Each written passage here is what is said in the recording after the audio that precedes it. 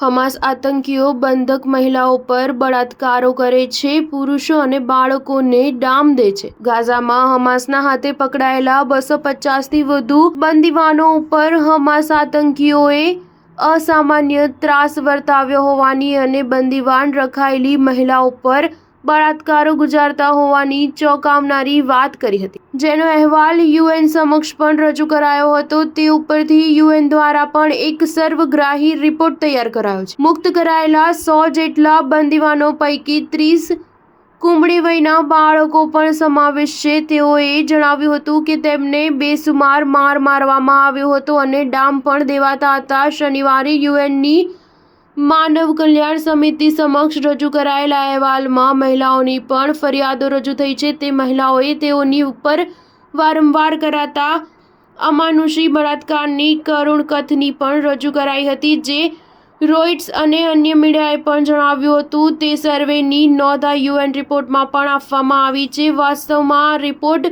યુએનની medical અને માનવ કલ્યાણ ટીમો જ્યારે બેસુમાર મારથી ઘાયલ થયેલા પુરુષો અને બાળકોની તેમજ અમાનુષી બળાત્કારોના ભોગ બનેલી મહિલાઓની સારવારમાં વ્યસ્ત હતી, ત્યારે તે પુરુષો, બાળકો અને વ્યવસ્થિત મહિલાઓએ તેઓની ઉપર ગુજારેલા ત્રાસની કથની કહી. તે સાંભળી તે ટીમો પર આંચકો ખાઈ ગઈ હતી. યુએનનો આ સ્પેશિયલ રિપોર્ટ ઓન ટોર્ચર શનિવારે સાંજે પ્રસિદ્ધ કરવામાં આવ્યો હતો. સ્ટાર ન્યૂઝ 7 હંમેશા સચ્ચાઈની સાથે.